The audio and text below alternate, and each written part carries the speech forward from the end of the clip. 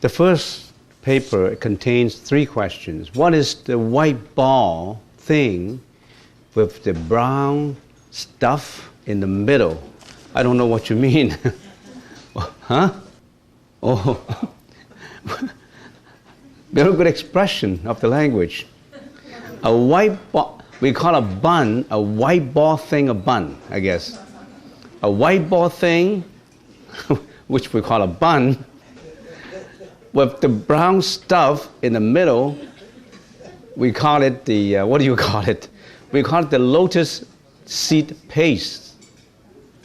So, what is this? This is for you to eat. You enjoyed it. Why don't you eat it up? It's good for you. It's a dessert. It's a sweet dessert for you. So, next question. That's an easy question, though. Why do we use both hands to eat? I like to use one hand. Why do I have to use both hands? See, if you are using one hand to eat, where do you put the other? All right, assuming you put the other on the table or underneath the table, but why not use both hands?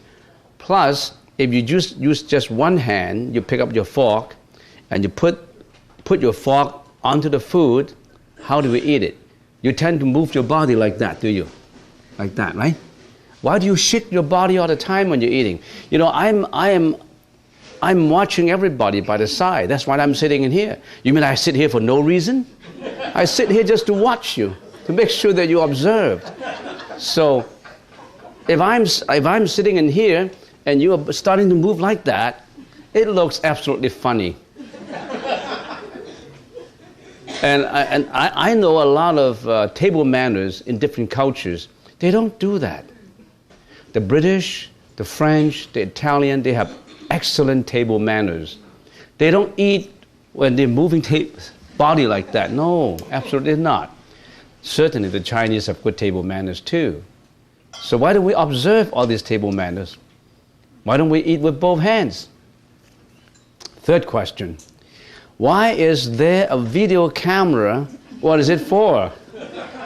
Well, the video camera is not to watch you though. It's me to watch you, and that is watching me. So it makes sure that I observe, I obey, I behave. And other than that, I have to give a speech, I have to answer questions, so that camera is to put me in my position. I got to watch out for every word I say. So that's the reason for the camera in there. That's an easy question. Nothing spiritual. How does one assist, or what is one's responsibility to assist a friend who is in need? For example, dying of cancer or being rejected by others. All will suffer. So how does one assist the person's suffering?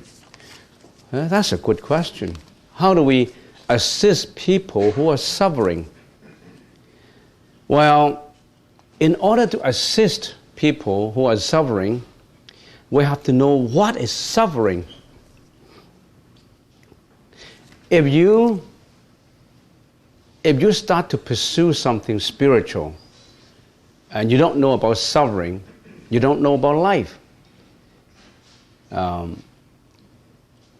Life is potentially meaningful under any situation, even under situations that are most miserable.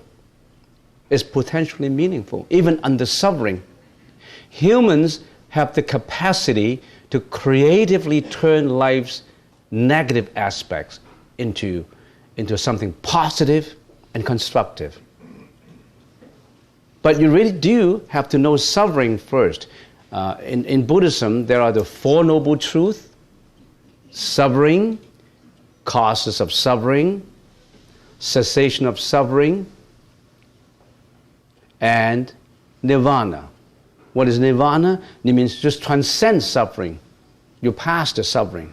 So in the Four Noble Truths, when the Buddha attained nirvana under the Bodhi tree, the next day, The first time when he turned the Dharma view, that means when he promotes what he believes, he promotes the Four Noble Truths to the five ascetic mendicants.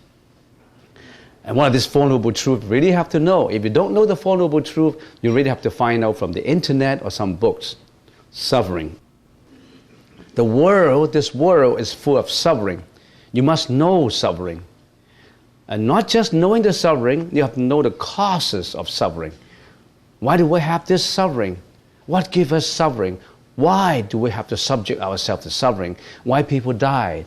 Why people died of cancer? Why people died of accident? Why people died of earthquake?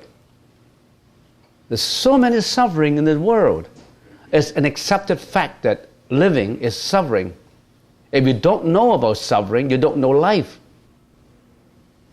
If you don't know about suffering, you should go to Haiti now and see how people suffer after earthquakes, how people roam about in the street without food, without a home. So you really have to study suffering and know suffering. Why are people unhappy? Before I get to suffering, I will get to suffering. What's the purpose of life? If you know about to study suffering, you really have to know about the purpose of life. If I asked you, what's the purpose of life? What's the purpose of living? You should answer me. I don't know. I just want to be happy. Most people say, you ask me the purpose of life, the objective of life? I don't know. I never think about it. I just live. I just want to be happy. Do you want to be happy? Well, then I ask you, what is happiness? What is happiness? In most culture, especially in North America, we all have the life objective of living to be happy. We say we want to be happy. But we don't know about suffering and we don't know about happiness. But a human being is not in pursuit of happiness, but rather in search of a reason to be happy, to live through understanding and actualizing the meaning of life. That means, how can you be happy if you don't even know about life, the meaning of life? And if you are surrounded by suffering, how can you be happy? If you know that you're going to die one day, you may say that, I don't want to think about death. It's too far away from me yet. I'm young. You're young, but many people died of young age. Do you know that? You're just avoiding the problem. I don't know about suffering. I just live. But when you are always in suffering, how can you be happy? So there's a need to search for a reason to be happy. Yeah, I'm in suffering, but I have a reason to be happy. I have a reason to be happy. Now, in order to have this reason to be happy, you really have to know the meaning of life. It's all related. All these things are related. It may not sound related to you now, but you've got to know suffering, you've got to know happiness, you've got to know the reason to be happy. The need for a reason to be happy drives us to search and understand the meaning of life. Why are you here today? Probably you are in your first step to know about the meaning of life. Once an individual's search for a meaning is successful, it not only renders him happy, but also gives him the capacity to cope with suffering. In other words, if you want to help your friend about suffering, you really need to search for a meaning to live. Your friend said, I'm suffering from cancer. I don't want to live. I don't have a meaning in life. Can you help him to find a meaning in life, though? If he loses meaning in life, how can he live? You got to have this meaning to live. Basically, why are people unhappy? In the present cultures, the feeling of meaninglessness resulting from frustrations drives him to unhappiness because he didn't find any meaning. It's meaningless. Life, to him, if he's suffering from cancer or from something really bad, life is meaningless to him because he's waiting for death. You got to find a meaning in it. Why do I have to live? Not just cancer. There could be some disease, that incurable disease that kids suffer at young age. At very young age, they suffer from an incurable disease. You got to find meaning for him. He got to know the meaning to live. And many people now have enough to live by, but nothing to live for. They have enough means. They won't starve. The government will provide them with relief, with, all kinds of help. They have enough to live by, but they have nothing to live for. Why do I have to live? They have enough food, but they have no meaning, nothing to live for. They have the means, but no meaning. But no meaning in it. This sounds so abstruse, isn't it? How do we see this meaninglessness? We see meaninglessness every day. Do you realize it? We see meaninglessness of life every day. Can you tell me meaninglessness of life? How do people express meaninglessness of life? Can you tell me? I'll tell you. Depression, aggression, addiction. They express it this way. They express meaninglessness by depression. Why? They have no meaning and they're absolutely depressed. I'm useless. I'm useless in this life. I'm nothing to live for. I've gone through, I'm now 60, I'm now 50, and I've done nothing. All my friends become rich, multimillionaires, and here I got stuck. So he started to depress himself. He depresses his image. He has no hope to live for. He had no dignity himself. Why? He's absolutely depressed. Depression is an expression of meaninglessness. He finds no meaning in life. Aggression, just the opposite end of it. Because he finds life is meaningless, that provokes his temper. He objects everything. He refuses everything. No one is good. Nothing is good for him. He's absolutely aggressive. If something stands in his way, he'll remove it. Aggression, criminal offenses, hurting others, betraying others. Addiction, he takes to drugs. I have no meaning in life. I just want to bury myself in drugs. I don't want to think about anything. Every day I'm on alcoholic, I'm on alcohol, I'm drugs, LSD, all kinds of things.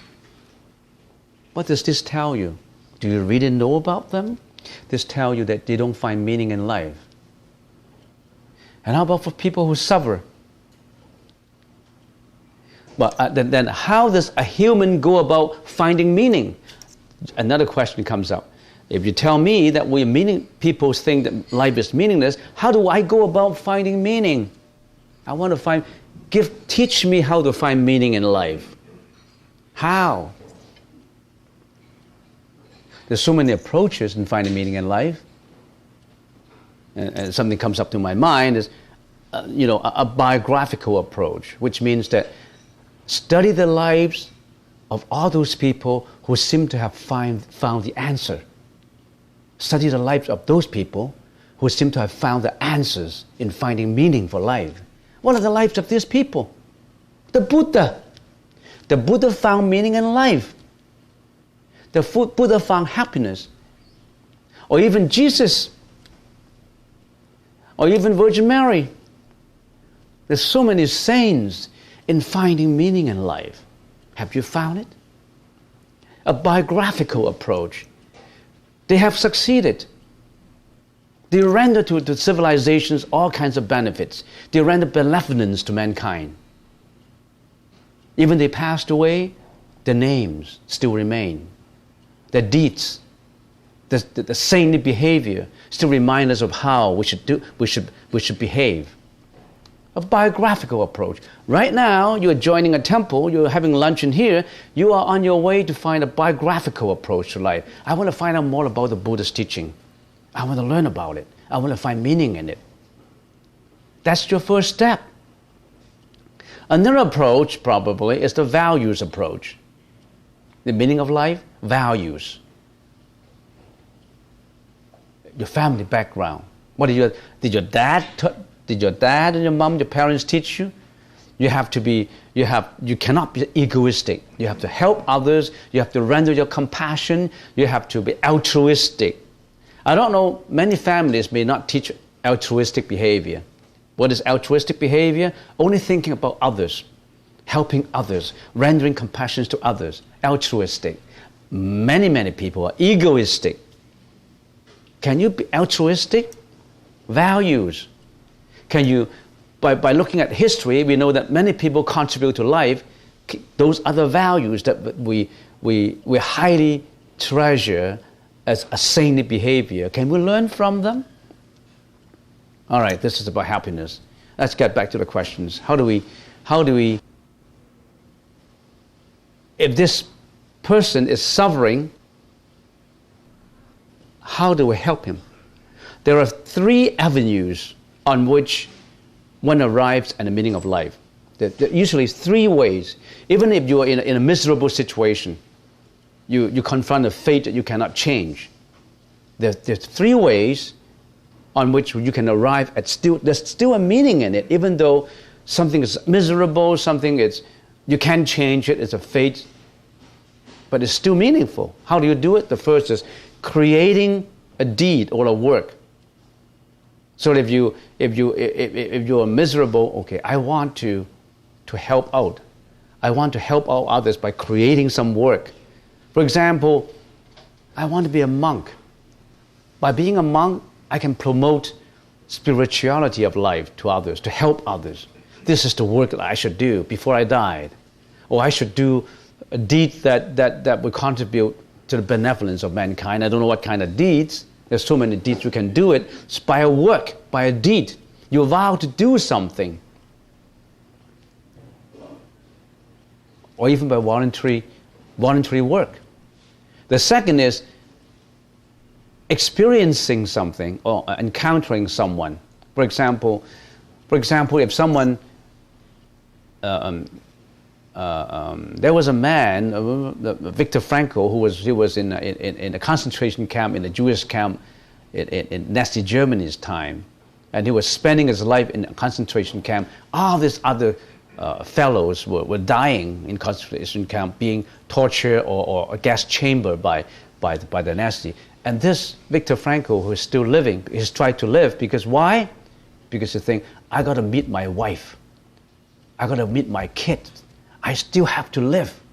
I live just to meet my wife in the future. There's a love bondage to it. There's a hope. So I got to live. I can't die. No matter what, I can't die. So there's another way. The third way of finding a meaning in life is very altruistic. It's very profound. And it's what the Buddha is talking about. It's what the Buddha is always promoting. One may find meaning in life in suffering itself. Suffering in itself is a growth experience. I've got cancer. Oh, I can't live. I'm suffering. But I will overcome it. My willpower to live. I cannot die. My willpower will overcome it. And I vow to do all voluntary work. I help all the others. I change my lifestyle. I'm not egoistic anymore. I'm altruistic. I go out everywhere to serve others. I have to live. Just this living power continue. This way is important and practical. When one faces a fate that one cannot change, one can learn to rise above it, grow beyond it, and by doing so, change oneself. So one may turn a personal tragedy into a triumph, into an achievement. There's so many cancer fighters. The people who are suffering from cancer, they fight. They won't just die. I want to live. Every minute of it, Every minute, every day, I want to live. Not just living. I live and give an example to all the others, my willpower to live. That's the meaning of life. To some people, without suffering, he would never have achieved something. Like Helen Keller. She was blind, she was deaf, mute. He couldn't speak, he couldn't hear, he couldn't see. She could only feel, she could only touch. If you were Helen Keller, what would you do? I couldn't see, I couldn't hear, I couldn't speak, I can only touch. I prefer death. There's no meaning in life anymore. But Helen Keller continued to live. She lived meaningfully every second of it. She learned. And she learned and learned until she was the first blind, deaf, and mute candidate to be accepted by Radcliffe College, the forerunner of Harvard. He graduated with a degree at Harvard University. She became a philosopher, a writer. And she also contributed a lot of help to the handicapped by inventing the Braille system. Imagine, if you could not see, you cannot read. If you cannot hear, how can you attend in the lesson? You cannot speak. You cannot speak out your feeling inside. But she lived.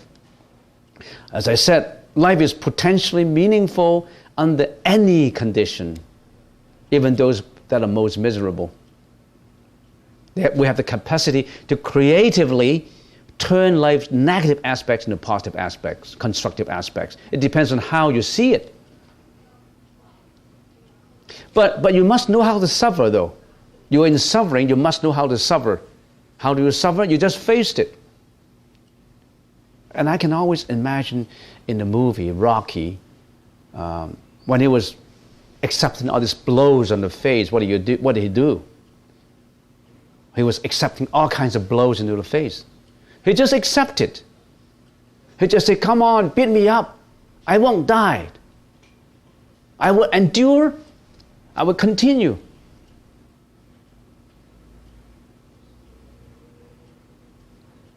So you must know how to suffer. Face the suffering with courage and will. Do not view it with hatred, grievances, frustrations, and repulsiveness. If the blows lands on you, if you can't avoid it, just accept it, endure it, and continue for the next day, continue to the next fight. Create a vow of accomplishment to do something or a deed in the future. Anticipate a strong wish to create something or to create a deed. So that's why in the Buddha said, make a vow.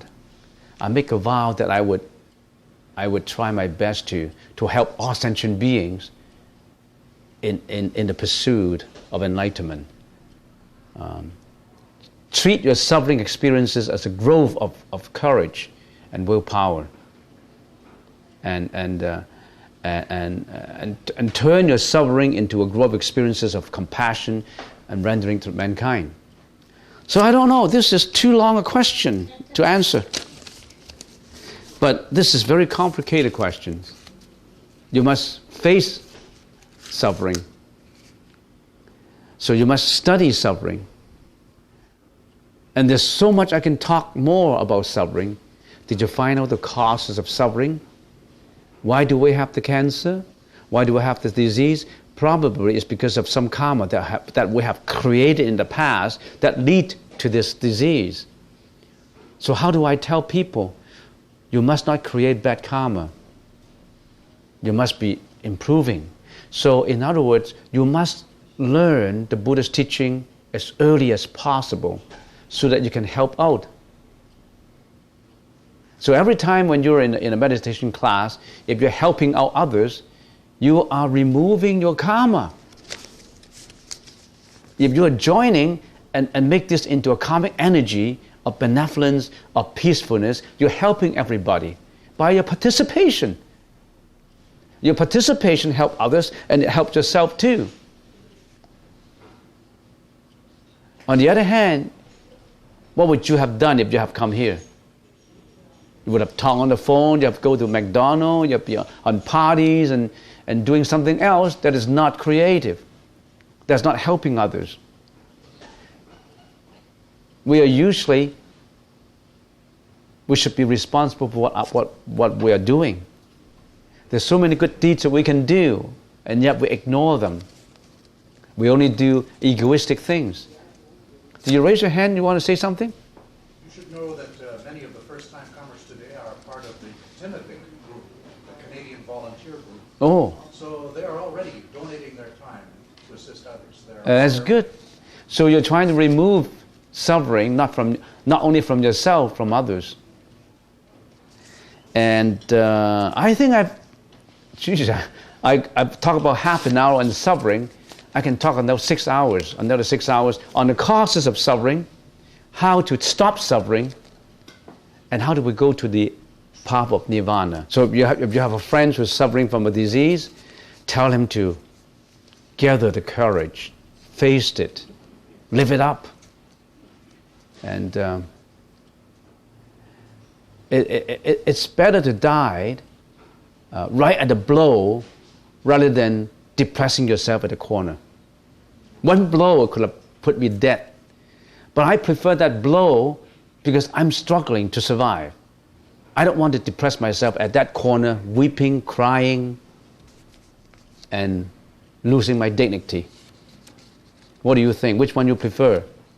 You would want to hide yourself in the corner crying and losing your dignity and lying flat, depressed? Or you want to stand up? Stand up like a man. Stand up like a human being. What do you think about God? Another question. What do you think about God? That is in Religion 101. It takes one semester to talk about it. And you expect to answer that question in a few minutes? What do you think about God? There's one course at UBC. However, what do I think about God? The God is in you, and not anywhere. God is not in heaven. No. God is in you and in me, in all sentient beings. We want to find that God. That God will come out. That God will teach us what to do. But you got to find it. You got to find the key to open that door leading you to the God inside of you. So the most significant at this juncture is not whether to find God or not. Have you got the key to the door? Today, I don't know if you've got a key or not, but you're rambling back and fro on that door. Open that door and get in. There's a lot more there. The God is in you. Not an external creator that creates the world and that is your God. Don't try to give an answer to a complicated questions of creation. Who created the world? The simple answer is God. Who gives you what you're suffering today? God. Who gives you all the happiness? God. It's easy. Just rely everything on God. You don't even have to think about it. He's my master. He determines my fate. He gives me happiness. As long as I obey him, it will be okay. Even though if I'm doing good deeds, I ask for excuse. One bad deed is done, I go and ask for excuse. Another bad deed, another excuse. Another, what do you call that? What is that? When you go to the room that you have confession. You ask for confession. What do you think about God? Very good question. That God is in you. How do we find it? The Buddhist teaching contains all of it. The Buddha is not God. The Buddha gives us the key to open that door. When we enter that door, we go on and go on, we'll find a God. If I understand correctly, we must let go of all desires to find peace. Is love a desire then? And if so, how do you let go of that desire? What do you do when your mind yearns for it? Love. It all depends on what you mean by love. If what you mean by love is a one-sided love, a man loves a woman and a woman loves a man, and it may be a sexual desire in disguise, and you call it love. Love has so many. Love is only one word. Love is just one word, but it has many clothes. You put on the clothes of sexual desire, it's not love anymore. You put on the clothes of one-sided love, it's egoistic love. So it all depends on how you dressed up your love. Love is a very misleading word. People kill because of love.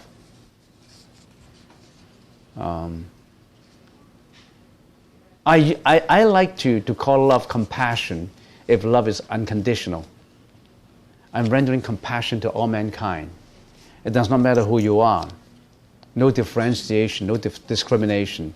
Like Avalokitesvara, Guan Yin, and Dijang, Siddhika Bodhisattva, they render unconditional compassion to all sentient beings by helping them.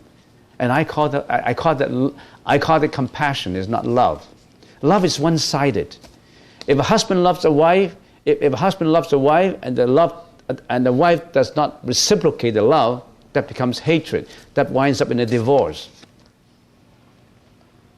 So love has to be reciprocated. You have to return it. He loves him, but he doesn't love her, then there will be problem. There even may be killing and struggling and fighting. And love could be very powerful. Love is like the sea. It can float a boat. It can also sink the boat. Depends on how you do it.